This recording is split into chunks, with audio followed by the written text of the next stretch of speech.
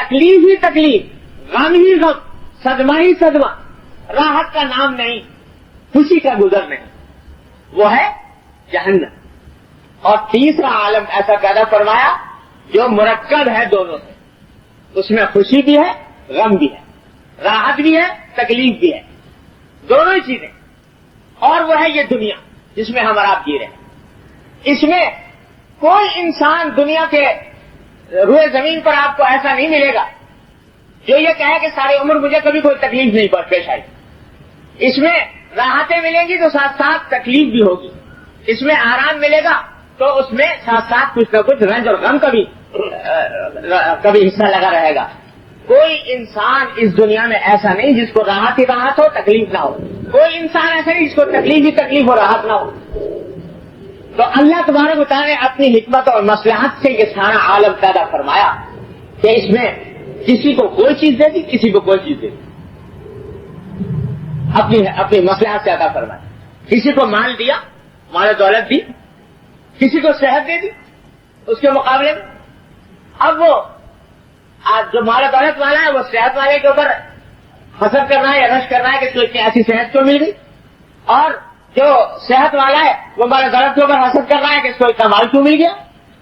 تو یہ تقدیر کے فیصلے ہیں اور اسی کی حکمت اور مصلحت کے اوپر مبنی ہیں، اور کچھ نہیں کہہ سکتا کوئی انسان کہ کون شخص زیادہ راحت میں ہے۔ دیکھنے میں بعض اوقات لگتا ہے کہ ایک آدمی کے بڑے بڑے کارخانے کھڑے ہوئے ہیں، بنگلے ہیں، نوکر ہیں، چاکر ہیں، کاریں ہیں، خدا نے کیا کچھ ایسے عشرت کا ساز و سامان ہے، اور ایک طرف بیچارہ مزدور ہے جو صبح سے لے کے شام تک پتھر ڈھوتا ہے، مشکل سے اپنے پیٹ بھرنے کا سامان کرتا ہے۔ اس لحاظ سے وہ مزدور اگر اس کو دیکھے تو سمجھے کہ بھائی اس کو تو بہت بڑی نعمتیں میسر ہے، لیکن ساتھ ساتھ اگر دیکھو اندرونی زندگی میں جھانک کر تو بسا اوقات پتہ لگے گا کہ جس کی ملیں کھڑی ہیں، جس کے بنگلے اور کاریں ہیں، جس کے پاس بے شمار مال و دولت کا سامان ہے، صاحب بہادر کو نیند نہیں آتی رات کو، اور جب تک کہ نیند کی گولی نہ کھائیں، کھانے انواع اقسام سے چنے ہوئے دسترخوان کے اوپر، لیکن میدا اتنا خراب ہے کہ ایک چکاک غذا کو بھی قبول کرنے کے لیے تیار نہیں ہے۔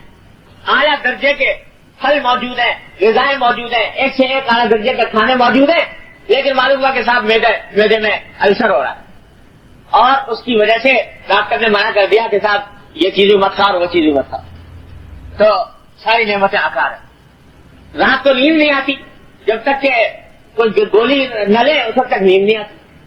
اب بتاؤ کہ وہ آدمی راحت سے ہے جس کے پاس ہے تو سارے ساز و سامان ایش و عشرت کے، لیکن نیند نہیں آتی، بھوک نہیں لگتی، کھانا نہیں ہوتا۔ اور ایک مزدور ہے جو 8 گھنٹے کی ڈیوٹی دینے کے بعد ساگ روٹی ہی صحیح لیکن خوب پیٹ بھر کر بھرپور بھوک کے ساتھ پوری لذت اور حلاوت کے ساتھ کھانا کھاتا ہے، اور 8 گھنٹے کی بھرپور نیند لے کر اٹھتا ہے۔ بتاؤ راحت میں کون ہے؟ حقیقی راحت کس کو میسر ہے؟ اللہ تبارک و تعالیٰ نے یہ ساز و سامان بے شک ان کو عطا فرمائے، لیکن راحت کی حقیقت اس کو عطا فرمائے۔ تو یہ ان کی حکمت کے فیصلے ہیں۔ کون اس کے اوپر؟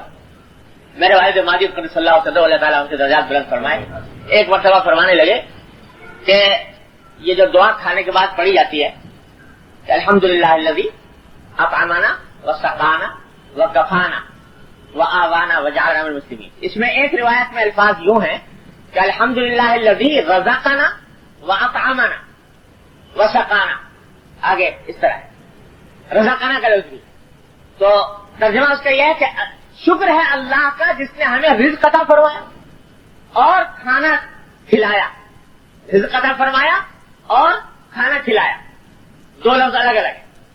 تو میرے والد ماجد صلی اللہ علیہ وسلم فرمانے لگے کہ دیکھو یہاں اس روایت میں 2 لفظ الگ الگ بیان فرمائے ہیں کہ اللہ نے رزق دیا اور کھانا کھلایا، یہ 2 الگ کیوں؟ 2 باتیں، بھائی رزق دیا اور کھانا کھلایا ایسی بات ہی، لیکن فرمایا کہ دونوں باتیں اس لحاظ سے الگ ہیں کہ رزق دینا ایک مستقل نعمت اور کھلانا دوسری مستقل نعمت۔ اب وہ جو میں نے مثال دی آپ کو کہ صاحب گھر کے اندر اعلیٰ درجے کے کھانے پکے ہوئے تیار ہیں اور ہر طرح کے پھل رکھے ہوئے ہیں، رزق تو ہے، رزق تو دیا، لیکن بھوک نہیں لگ رہی، خواہش نہیں ہو رہی، معدہ خراب ہے، کھائیں تو بیماری کا اندیشہ ہے، ڈاکٹر نے منع کر رکھا ہے. رزقنا ہے اطعمنا نہیں. اللہ نے رزق دے رکھا ہے لیکن کھانے کی توفیق نہیں ہوتی. تو اللہ تبارک و تعالیٰ کی یہ مصلحتیں حکمتیں ہیں. کسی کو کوئی نعمت عطا فرما دی ہے، کسی کو کوئی نعمت عطا فرما دی ہے. ٹھیک ہے، ایک دولت مند آدمی کو رزق بہت دے دیا اللہ تعالیٰ نے، لیکن کھانے کی لذت اور حلاوت صحیح معنی میں اگر پوچھو تو اس آدمی کو جو 8 گھنٹے محنت کرنے کے بعد کھانا کھاتا ہے بھرپور بھوک کے ساتھ، اس کو جو لذت میسر ہے وہ بڑے سے بڑے دولت مند کو میسر نہیں. تو کس بات پر اللہ تعالیٰ کی تقدیر پہ اعتراض کرو گے؟ ذرا یہ سوچو. اگر کسی کے کوئی بڑی نعمت مل گئی ہے، اس سے دل میں تمہارے کڑھن پیدا ہو رہی ہے، تو سوچو کہ کتنی نعمتیں ایسی ہیں جو اللہ نے تمہیں دی ہیں اس کو نہیں ملی. صحت، ہو سکتا ہے تمہاری صحت اس سے زیادہ بہتر ہو سکتا ہے کہ تمہارا ظاہری سراپا اس کے مقابلے میں حسین و جمیل ہو سکتا ہے کہ اور کوئی نعمت تمہیں اللہ تبارک و تعالیٰ نے عطا فرما رکھی ہے. یہ تو اللہ تعالیٰ کی حکمت اور مصلحت ہے. کسی کو کسی نعمت سے نواز دیا، کسی کو کسی نعمت سے نواز دیا. اور اس میں بھی حکمت اور مصلحت ایسی ہے کہ آدمی کو پتہ نہیں لگتا. یہ جو اردو میں ایک مثل مشہور ہے، بڑی حکیمانہ مثل ہے کہ اللہ میاں گنجے کو ناخن نہ دے. تو تمہیں اگر کوئی دولت نہیں ملی، وہ دولت اگر پتہ نہیں مل جاتی تم کو، تو تم کیا فساد برپا کرتے اور کس عذاب میں مبتلا ہوتے، اس نعمت کی کیسی ناقدری کرتے، اور کیا اس کو تمہارا اثر بنتا، تمہیں کیا پتا. اللہ تبارک و تعالیٰ نے نہیں دی تو کسی مصلحت سے نہیں دی. اگر مل جائے تم کو تو خدا جانے تم اس نعمت کو حاصل کر کے اس کو کس طریقے سے فساد میں استعمال کرو. اسی لیے قرآن کریم نے فرمایا کہ وَلَا تَتَمَنَّوْا مَا فَضَّلَ اللَّهُ بِهِ بَعْضَكُمْ عَلَىٰ بَعْضٍ. اللہ تعالیٰ نے کسی کو کسی چیز پر میں فضیلت دے دی، کسی کو کسی چیز میں فضیلت دے دی، ان چیزوں کی تمنا نہ کرو، اس واسطے کہ تمہیں کیا پتا کہ وہ نعمت اگر مل گئی تو کیا حشر بنے گا. بے شمار واقعات ہیں، سنے ہوں گے آپ نے بھی کہ آدمی تمنا کرتا رہا کہ یہ مجھے مل جائے، جب ملی تو بجائے اس کے لیے مفید ہونے سے الٹی مضر ثابت. اس واسطے یہ سب سے پہلے تو سوچنے کی بات یہ ہے کہ یہ جو دل جل رہا ہے دوسرے کے نعمت مل جانے پر، یہ اللہ تعالیٰ کی تقدیر پر اعتراض ہے. وہ ہو سکتا ہے کہ تمہیں اس سے بڑی نعمت کوئی میسر ہو جو اس کے پاس موجود نہیں، اس کا تصور ہوتا ہے. اور سارے جھگڑے پیدا اس سے ہوتے ہیں کہ انسان اپنی طرف دیکھنے کے بجائے دوسروں کی طرف دیکھتا ہے. اپنے آپ کو جو نعمتیں میسر ہیں ان کا خیال نہیں، ان کا دھیان نہیں، ان پر اللہ تعالیٰ کا شکر ادا کرنے کی توفیق نہیں، اور دوسروں کی طرف دیکھ رہا ہے. اپنے عیوب نہیں دیکھتا اور دوسروں کے عیوب دیکھ رہا ہے. سارا جھگڑا یہاں سے پیدا ہوتا ہے. اگر انسان اپنے آپ کا اپنے اوپر اللہ تعالیٰ کی ہر وقت کی نازل ہونے والی نعمتوں کا استحضار کرے تو کبھی حسد نہ کرے کسی دوسرے کے اوپر. تمہیں اللہ تبارک و تعالیٰ نے کیسے بھی حال میں ہو، اللہ تبارک و تعالیٰ نے ایسی نعمتوں کی بارش میں رکھا ہے، صبح سے لے کر شام تک نعمتوں کا ایسا مہ برس رہا ہے تمہارے اوپر، ہر شخص کے اوپر، کہ اگر اس کا تصور کرتا رہے تو کبھی کسی کے نعمت کے اوپر کوئی جلن پیدا نہیں، اس کا خیال نہیں کرتا، اپنے عیوب کی طرف نگاہ نہیں ہوتی، ہر وقت دوسرے کی طرف دیکھتا رہتا. اور ہمارے معاشرے میں جو یہ چیز پھیلی ہے اس کی وجہ جیسے میں نے کیا تھا کہ حب دنیا، تو ایک مذاق یہ بھی بن گیا ہے کہ دوسروں کے معاملات میں تحقیق اور تفتیش کرنے کا بڑا ذوق ہے لوگوں. وہ آدمی جو ہے یہ کس طرح اس کے پیسے آ رہے ہیں، کس طرح کیسا وہ مکان بنا رہا ہے، کیسی وہ کار خرید رہا ہے، کیسے اس کے حالات ہیں، ایک ایک چیز کا جائزہ لینے کی فکر ہے. اب نتیجہ اس کا یہ ہے کہ جب کوئی ایسی چیز سامنے آتی ہے جو ہے خوشنما اور دلکش، دل اس کی طرف کھینچتا ہے، اپنے پاس موجود نہیں ہے، تو اس سے حسد نہیں پیدا ہوگا تو کیا ہوگا. اسی لیے وہ مقولہ یاد فرمائیے جو بار بار اس مجلس میں عرض کر چکا ہوں کہ دنیا کے معاملے میں ہمیشہ اپنے سے نیچے والے کو دیکھو، اپنے سے کمتر افراد کو دیکھو. اور دین کے سواری دیکھتا ہوں تو اپنے سے اچھی نظر آتی ہے، گھر دیکھتا ہوں تو اپنے سے اچھا نظر آتا ہے. نتیجہ ہے کہ میں ہوتا ہوں کہ دیکھو اس کو اتنی ساری چیزیں ملی یا مجھے نہیں ملی، تو مجھ سے زیادہ غمزدہ انسان کوئی نہیں تھا. اور بعد میں کہتے ہیں جالست الفقراء، بعد میں نے فقراء یعنی کم حیثیت، جو دنیا اعتبار سے کم حیثیت ہے، ان کے پاس اٹھنا بیٹھنا شروع کیا. تو کہتے ہیں بس کرا تو آرام میں آ گیا. اس واسطے کہ وہاں معاملہ برعکس تھا کہ جہاں جاتا ہوں تو اپنا کپڑا اس سے اچھا لگتا ہے, اپنی سواری اس کی سواری سے اچھی لگتی ہے, اپنا مکان اس کے مکان سے اچھا لگتا ہے. اس واسطے اللہ تعالیٰ نے مجھے راحت عطا فرما دی, آرام بخش دیا اس کے دیکھنے کے بعد. ارے یاد رکھو اس دنیا کے اندر کوئی بھی آدمی اگر بڑھتا چلا جائے تو اس کی انتہا کوئی نہیں. کہاں دنیا کیسے تمام نہ کر, دنیا کا معاملہ کبھی تمام نہیں ہوتا. جتنے آگے سے آگے بڑھتے چلے جاؤ, اس دنیا کے اندر جو سب سے مالدار انسان ہے اس کے حالات دیکھ لو. کیا وہ یہ کہے گا کہ بس ہو گیا اب اور نہیں چاہیے؟ دیکھو تو دن رات وہ اسی میں ہے کہ اس میں اور اضافہ ہو جائے اور بڑھ جائے. اس کی حاجتیں کبھی کم نہیں ہوتی. متنبی عربی زبان کا ایک شاعر ہے, باتیں بڑی حکیمانہ کہتا ہے. تو وہ دنیا کے بارے میں بڑی اس نے حکیمانہ بات کہی ہے کہ وہ ماں قضا احد منہا لبانتہ ومن کہا عرب الا الى عرب. یہ دنیا کے سے کسی کا آج تک پیٹ نہیں بھرا.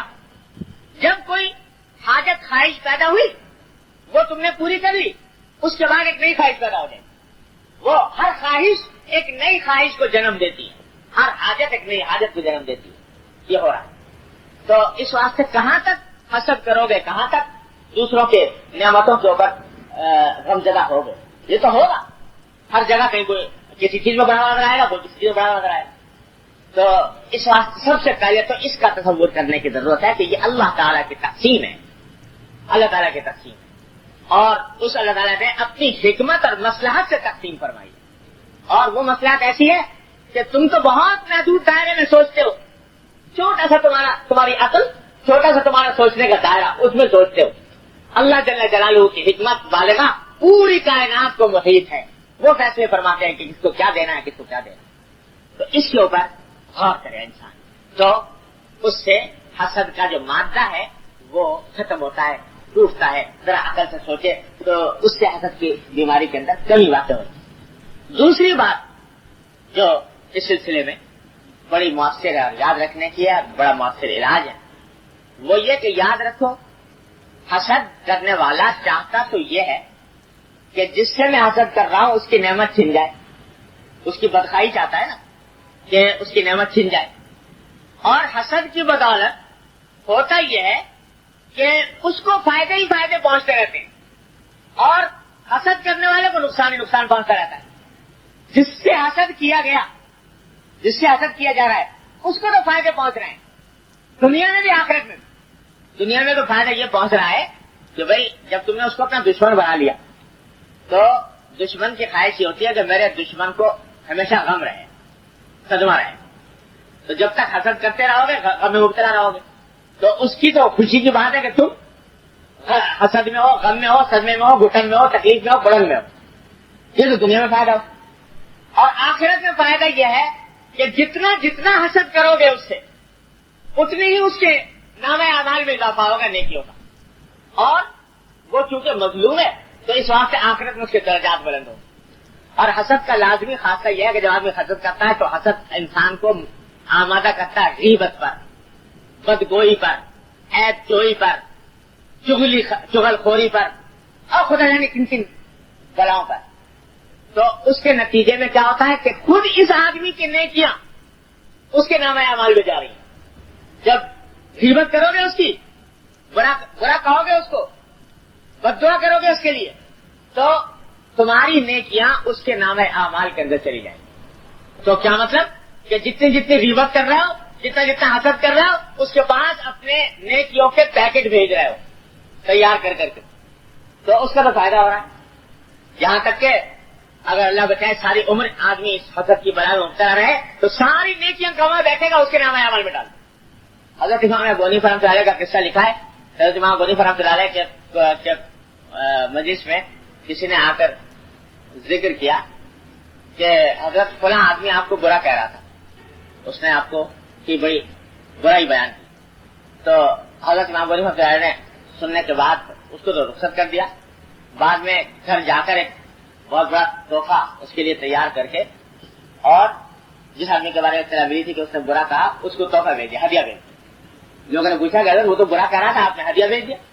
کہا کہ وہ تو میرا محسن ہے, اس واسطے کہ اس نے برا کہہ کر میرے نام اعمال میں اضافہ کر دیا نیکیوں کا. تو اس واسطے اس نے میرے ساتھ احسان کیا تو کچھ تو بدلا کر دوں. دنیا اس نے تو میری آخرت کی نعمت وہ بڑھائی تو میں دنیا کے اندر کچھ ہدیہ دے دوں, ہدیہ بھیجے. اور یہ بات مشہور ہے, معروف ہے. امام ابو حنیفہ رحمۃ اللہ علیہ کی مجلس میں نہ غیبت وہ کرتے تھے نہ سنتے تھے, ہمیشہ غیبت سے خالی ہوتی تھی مجلس.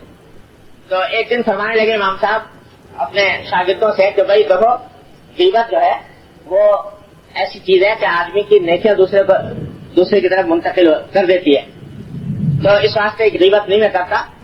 اور اگر غیبت میں کروں کبھی دل میں خیال آئے تو میں اپنے ماں باپ سے کروں, اس واسطے کہ اس کے نتیجے میں نیکیاں جائیں گی تو اس میں گھر ہی میں رہیں گی, ماں اور باپ کے پاس ہی رہیں گی اور کہیں باہر نہیں جائیں گی. اس واسطے غیبت اگر کرنی ہو تو میں اپنے ماں باپ سے کروں تاکہ میری نیکیاں کسی اور کے حوالے نہ ہو, میرے پاس ہے, میرے گھر کے اندر ہے. اشارہ اس بات کی طرف فرمایا کہ یہ اتنی ہے مکانہ حرکت ہے حسد اور غیبت کہ کرنے والا چاہ تو رہا ہے کہ اس کی برائی اور حقیقت میں پہنچانا ہے اس کو فائدہ دنیا میں اور آخرت میں. تو اس واسطے اتنی احمقانہ حرکت ہے. حضرت سفیان ثوری رحمۃ اللہ علیہ فرماتے ہیں, حضرت سفیان ثوری رحمۃ اللہ علیہ امام صاحب کے امام ابو حنیفہ رحمۃ اللہ علیہ کہ ہم عصر ہیں, ایک ہی زمانے میں دونوں